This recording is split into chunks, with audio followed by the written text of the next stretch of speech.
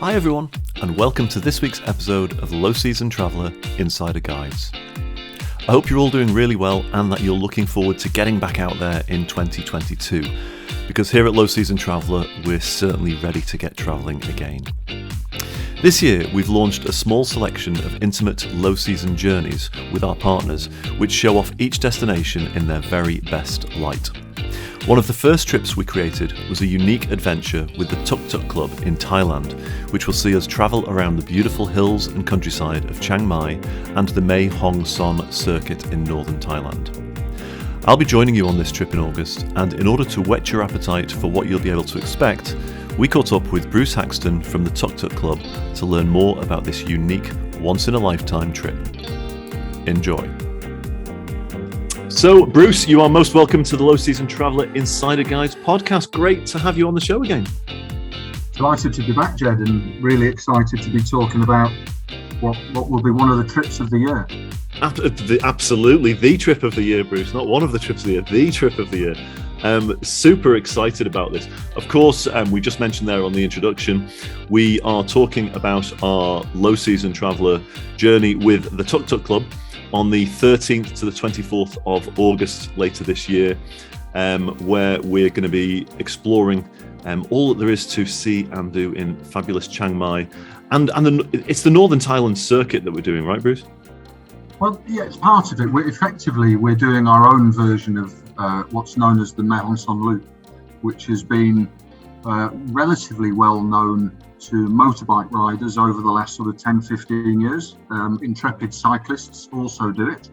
But from 2017, we opened it up using our own back roads to probably the best way of taking on the Mae Hong Son Loop, which is by tuk-tuk. Absolutely. So we've already done a podcast with you before talking about how you set up the Tuk Tuk Club, because it is a fascinating story, and it's a fascinating and very, very different and probably one of the most unique kind of tour experiences that there are out there at the moment. But just for anybody that hasn't caught that podcast yet, and if you're out there, please do listen to that podcast. But anybody that hasn't listened to that podcast yet, just give us a little bit of an overview as to what the Tuk Tuk Club is and what you guys do. So we're, I guess you'd call us an adventure tour company based here in Chiang Mai in Northern Thailand. We run a number of adventures through the mountains and mountain communities of Chiang Mai and Mae Hong Son provinces, which are in the far north and northwest of the country. And whilst Chiang Mai is a reasonably well-known destination in Thailand, we've always felt that the vast majority of travellers don't get to see the real beauty and the real essence of the province. Many people come here for a day or two and then rush off to the beach, and actually just dig a little bit deeper and head a bit further into the mountains, and the experiences are mind-blowing. The mountains themselves are beautiful. There are hundreds and hundreds of remote communities, various different ethnic hill tribe groups. The scenery is stunning, the food is amazing, and it's very much Thailand less travelled. Even pre-pandemic, once you're a couple of hours outside of Chiang Mai, you very rarely see other groups of travellers and tourists. So you've got that lovely feeling of having your very own personal adventure, and that's what really drives us. It's a cliche, but we like to think it's the real Thailand. Yeah, I love that. And how long have you been running these tours for now in Chiang Mai? So we started we ran a number back in 2017. We ran a number of trial trips just to see that we were on the right path. And our first full-on customers were in November 2017. So whilst that is nearly 5 years, we of course have to subtract 2 years out of that for the COVID era. We were very lucky that we ran trips for people living in Thailand during that period to keep our hand in. But we're still quite a young, fresh company, full of the joys of spring. But we always are. We're very lucky to be doing what we're doing, and we're incredibly excited to be joining forces with Low Season Traveller to offer this sort of unique 12-day experience in the middle of the summer, European-wise, middle of our low season here in Northern Thailand. So hopefully it works perfectly. Yeah, absolutely. And I suppose just on that, when we talk about the low season, what's, broadly speaking, what's the low season experience like in Chiang Mai? Because a lot of people, when they're looking at when to travel to different destinations, they look at rainfall charts and they make a snap decision that, there's rain, it's not worth going, or whatever else. And we know that that doesn't really do justice to the reality of the low season experience. But in August here, when we're going to be doing this trip, what's the experience going to be like, and how is it going to be different to, I suppose, the peak seasons? Well, I'm going to let you into a secret here, Jed. That for myself and our team, our favourite time of year in Northern Thailand is the rainy season. So not because it's low season when we all sit back and do nothing. We're normally reasonably busy in the rainy season. The beauty of the rainy season is that everything looks spectacular. So the rice fields have been planted, the rice is growing, and I can't describe there's that particular sort of green that rice has, which is just wow. You have to come and see it for yourself. So the rice terraces look great. The waterfalls are full. The forest is as green as it can possibly be. There's a feeling of life everywhere. There's activity everywhere, because before we hit the rainy season, it's very hot and very dry, and there's a sort of torpor over everything in Chiang Mai. It can be super hot in April, May, sort of 40 degrees. Wow. And just walking from A to B can sort of tire you out. Once the rainy season hits, the temperature comes down. You're sort of mid-30s. And cooler in the evenings. So there's this feeling of life. But you also get, when we're up in the mountains, you get this amazing cloud hanging in the little valleys and the little ridges, and it's one of those things that you're not in Europe anymore. Yeah. You're somewhere exotic, and it has that really magical sense about it. More and more Thai travelers are enjoying the joys of the rainy season up in the north now, and it's about time that people from further afield, I think, sort of understood that this is a really cool time to visit. And yes, there will be rain. I mean, there might not be. I don't want someone to join us and say, I'm really disappointed it didn't rain once. There's always the possibility it doesn't rain, but the likelihood is that there will be some rain, but it's normally a heavy downpour for an hour. Often it comes in the evening. And actually, if we get the odd storm, that adds to the excitement. A tropical storm is something to behold. If we're on the road, when a storm comes in, we pull over at the nearest mountain coffee shop, load up the coffees, and we sit and watch it go through. It's all part of the experience. And then an hour later, things dry off, and there'll be some cloud around, but the sun comes out, warmer, and life feels good. Yeah, I love that when like you say, when there's that tropical storm, and I think, a lot of us have had that experience, whether it be, on a beach somewhere or in Chiang Mai or anywhere else, where that tropical storm comes, and you're ducking in for shelter to a cafe or a bar or whatever else, and like I say, that sometimes that's where the magic happens, isn't it? It's almost like sitting around the campfire when you're in the African safari or whatever else. That's when the stories come out, because you've got that in common. You're all stuck in that place together, and that's when you're sharing the stories, and the rain's beating down, and it kind of builds that camaraderie as well, doesn't it? Absolutely. And it's very occasionally it will rain all day. It'll be like a Manchester rain. That's really, really rare. Usually the mornings will be good, and then towards late afternoon there might be a bit of rain, and then things will dry up for your evening beer as the sun goes down. And what we will find for sure is when we're on the highest points of the trip, we'll be driving through cloud and mist, and it just feels really exciting. It's there's something about it, and because the temperatures are a little bit cooler, it's not tiring. It's a pretty good temperature to be out there exploring. We go, when you're walking from A to B, you're not exhausted like you would be when it's 40 something degrees. So don't tell everybody, but rainy season is where it's at in Northern Thailand. I love it. With regards to our itinerary, again, for people, the people listening, some of them may have been to Thailand in the past, but not Chiang Mai, and that's myself, by the way. I'm super excited because I've never been to Northern Thailand. There could be people that have never been to Thailand before.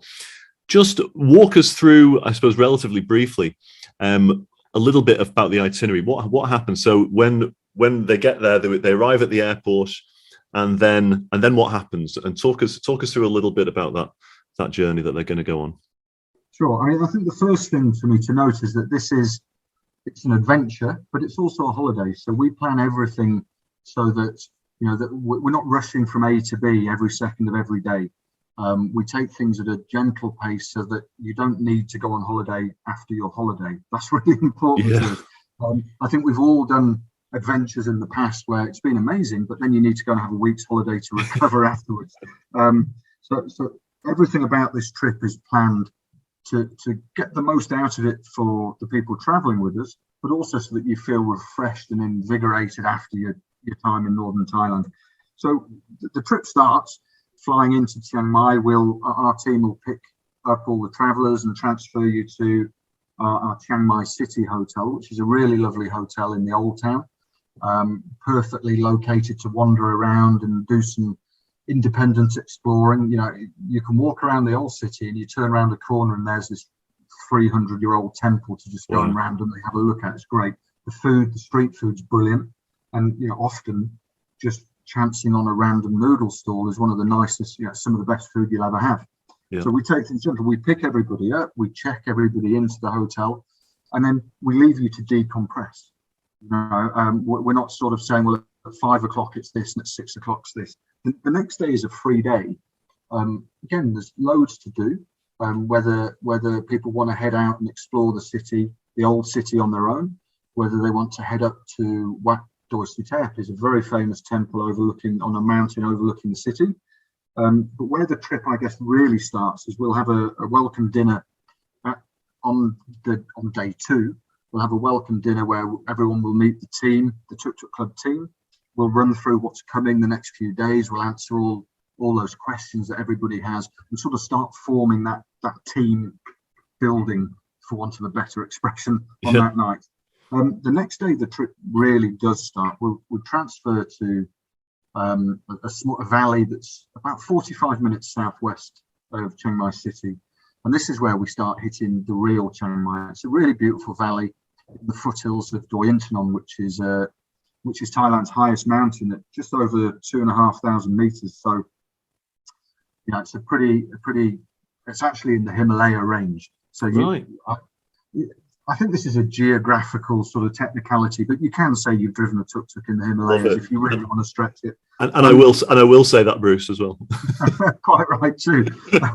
And what we do is we start everything when we arrive there with training, the tuk-tuk driver training. Now you have two options: you can self-drive, or you can have a chauffeur experience. That's totally up to the visitor, to the traveller, and they're both great fun. But we start everything with the driver training, which takes place off-road, and is really good fun. We take it super slow. Literally, we assume you've never driven anything in your life. So you start off by going forwards 5 meters and backwards 5 meters, and then we get you up to slaloming and all sorts. So it's good fun, and it takes as long as it takes. It never takes less than an hour. If we need to spend 3 hours, we spend 3 hours. It's all part of the experience.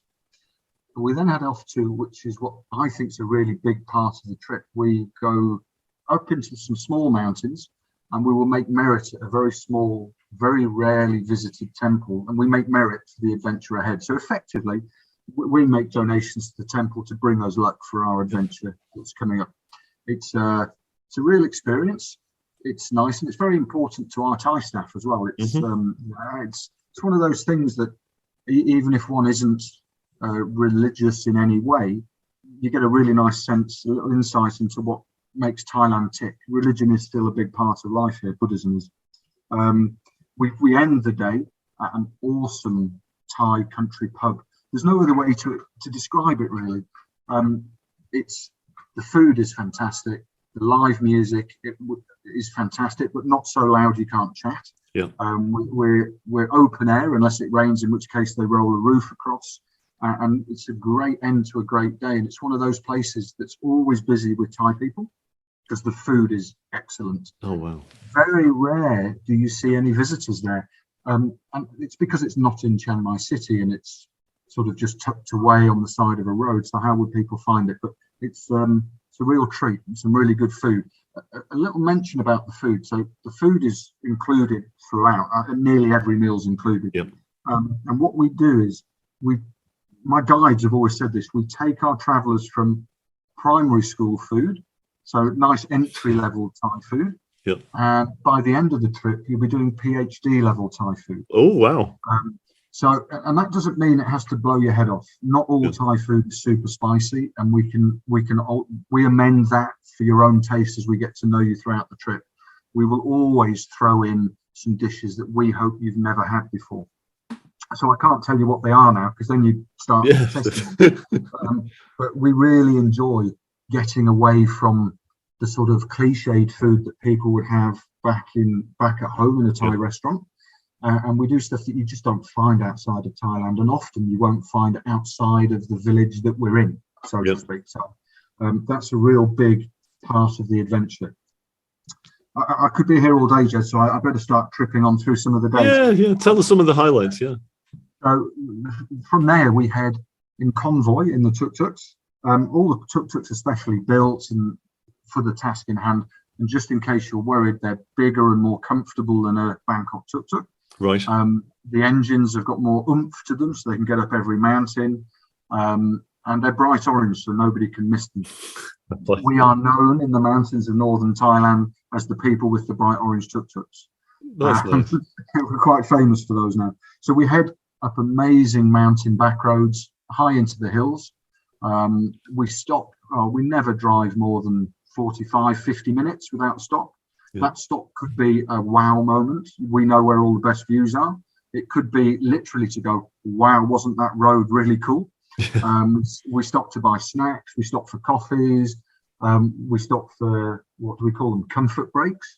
We know where all the best bathrooms are. Always handy. Around that. And then we spend a night in a mountain hill tribe village, which is pretty spectacular. Beautiful rice terraces, a beautiful forest and mountains all around us. But perhaps the most beautiful thing of that overnight stay is the community that we're staying with and the family who run it. They are some of the nicest people you will ever come across in your life. We have great food there. Again, food's a big part of life in Thailand, and it's a big part of this trip.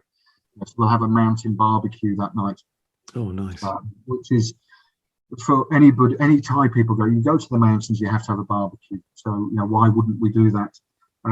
We then head on through some really wild roads that very few Thai people ever go on, let alone visitors. I was last on those roads. Gosh, I drove about 2.5 weeks ago. And I must have been on this road 40, 50 times. And I never get bored of it. And I can never drive it without stopping, just going, wow, how lucky are we? It's really, really, we're in Karen Hill Tribe country. Yep. So every community we go through are Karen people. There's a couple of Karen towns, and you get a real sense of what mountain life is all about in Thailand. Spectacular, awesome place.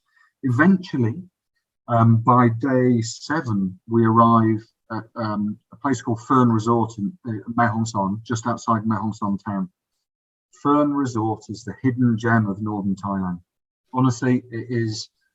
I took my parents there a couple of weeks ago because they'd never been, and they've been very lucky and travelled all over the world. And they got there and they went, wow, how had we never been here before? Really? It's an oasis set just outside the forest. There are rice terraces dotted around. So when we get there will be rice growing at the small resort. There's no noise. It's just awesome. And there's little bungalows. And they're very nice bungalows. Dotted around. There's an infinity pool by the Sunset Bar.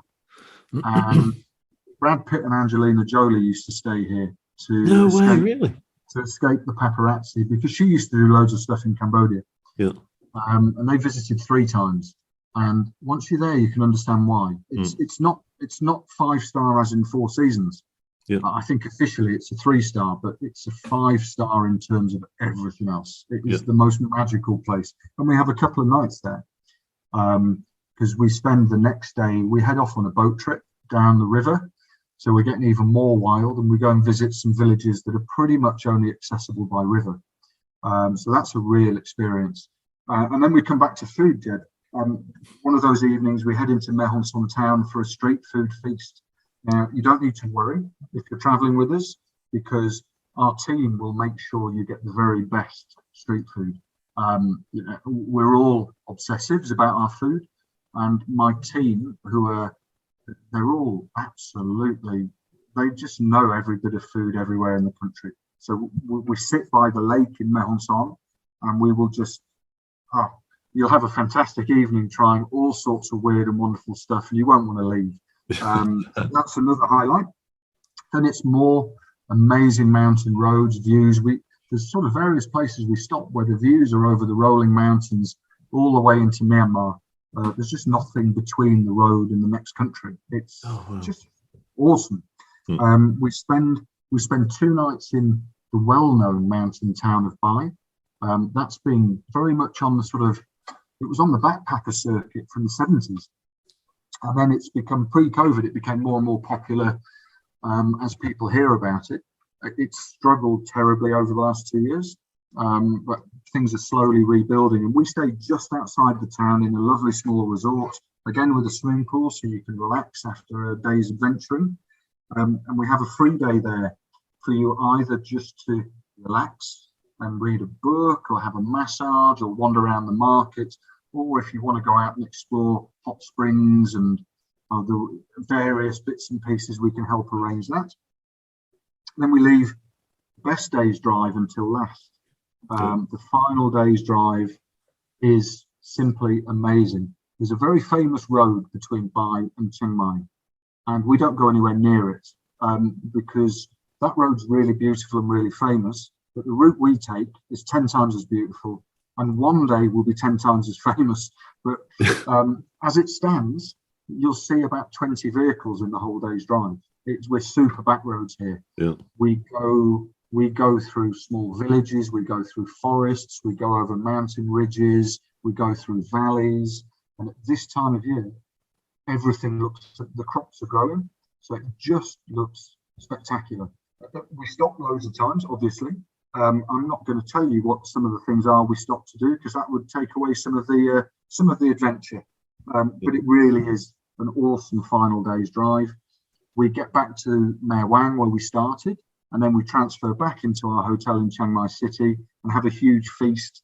Now PhD level Thai food, and think and chat about this amazing experience that not only low season traveller customers have done, but also the team, my team who've been with you the whole time, become very much part of the experience. So it's a really nice evening to share some food, share some beers, and look back over a spectacular few days. It just sounds absolutely awesome. I'm so excited that we're able to have this, and I'm excited to actually to be going there and to be doing the experience myself. Because I should point out, both yourself and myself will be on this particular tour with our guests as well, which is going to be super exciting. Do you find that when people are on this particular tour, do you find that they all kind of bond very well and tend to get on very well? I suppose they all have a sort of a similar interests, really, right? Sure, Jed, that's a really good point. One of the best things about the last 5 years that we're doing what we do is to see the friendships that have been made. Yeah. We still haven't worked out whether it's tuk-tuks. Is it the tuk-tuk that brings everybody together? Is it the fact that anybody who does this sort of trip is by default an interesting and interested person? Yeah. Or is it the magic of Northern Thailand? I think it's probably all three. But we've found, we have really mixed groups of people traveling with us. So I think one of the best examples I have is pre-COVID, we had an 11-day trip we were running, and we had an 80-year-old couple in the group, and the youngest traveller was an 18-year-old young man travelling on his own. Most of the time you could think, oh, how's that going to work? The oldest chap ended up being best buddies with the young guy. They were up having a beer together at midnight every night. We were having to chivvy them to get a night's sleep. And they became great friends. There's just something about the magic of what we do, that it's so much fun that it's hard not to then bond with your other travellers. And something also to stress is there are lots of people who travel with us who say, oh, we don't normally do group tours and things like this. That's fine. There's lots of people out there who prefer to do independent stuff. One of the key things with this is when you're on the road from A to B and you're in your own tuk-tuk, so it's almost like you've got that free time, that time where it's just you, or you and your partner, you and your travel buddy. So it never feels like a super organized group tour. You've got that time, and then when you stop somewhere, you've got other people to share it with. So it's almost the best of both worlds. Love that. It sounds absolutely perfect. And I should point out as well that I know obviously a lot of people come, they come in couples or in twos, but obviously you have a lot of solo travelers as well, which I think actually would be perfect for them. And we've got, again, for this particular itinerary, we've got 3 confirmed solo traveller places where there'll be no single supplement, which is fabulous for the first 3 solo travellers that join us for this particular itinerary. But yeah, Bruce, can I butt in there, Jed, as well? And this is really important to us, that you can find sometimes that if you are a solo traveller and you have a private room, you get the broom cupboard, or you get some pokey little single bed in a tiny room. That's not the case here. Our solo rooms are the same as a double room, so a nice big bed, exactly the same rooms actually, because we don't want adventurous solo travellers should have as much comfort and as much fun as everybody else, and that's really important to us. Yeah, I think that's a really great point. Bruce, that's about all we've got time for this particular episode. I want to thank you so much for taking the time to join us again on the Low Season Traveller Insider Guides podcast, and for talking us through this fabulous itinerary. It's super exciting. We're so proud to be working with you guys on this, and we're really, really looking forward to showing our group a wonderful time. And apart from that, Bruce, I'm looking forward to catching up with you again in person this time, because there's been far too many Zoom calls, hasn't there? There hasn't. We can't. I mean, we want to send a big thanks to Low Season Traveller as well, because we're really motivated to help people experience Thailand at its best. And with you guys helping us do that, that's really special for us. So we're looking forward to seeing you, Jed, personally, but also to meeting the Low Season Travellers gang who are going to join us for this adventure. And I promise that my team will talk far more than I when we're on the adventure. Perfect. Bruce, thank you so much. Have a wonderful evening there in Thailand, and looking forward to catching up soon. Super. See you soon, Jed. So there you have it. Huge thanks again to Bruce for giving us this lowdown on our Thailand signature trip. And if you'd like to join myself and Bruce later this year for this journey, the tour runs from the 13th to the 24th of August this year and costs just £1,299 with no single supplement for the first 3 confirmed solo travellers. This price includes 11 nights accommodation, most meals and activities, your very own bright orange tuk-tuk with all the fuel, a £100 donation to the elephants and mahouts of Northern Thailand, and of course, memories of a lifetime. It's going to be a really fun trip, and there are only 10 places available, so please do visit our Low Season Journeys section of the lowseasontraveller.com website to secure your place early. Finally, in our first edition of the Low Season Traveller magazine, which is out next month, we have a feature by Mark Bibby Jackson, who's done this very trip before, and he writes beautifully about the experience. You can subscribe to the magazine for free on the website to get your copy. But that's our show for this week. Thanks as always for your company. Have a great week wherever you are. Stay healthy, stay safe, keep your travel dreams alive, and don't forget to share this podcast with your friends, family, and social networks. And finally, remember that travel is always better and fairer for the planet, the local communities, and you, the travellers, when it's without the crowds.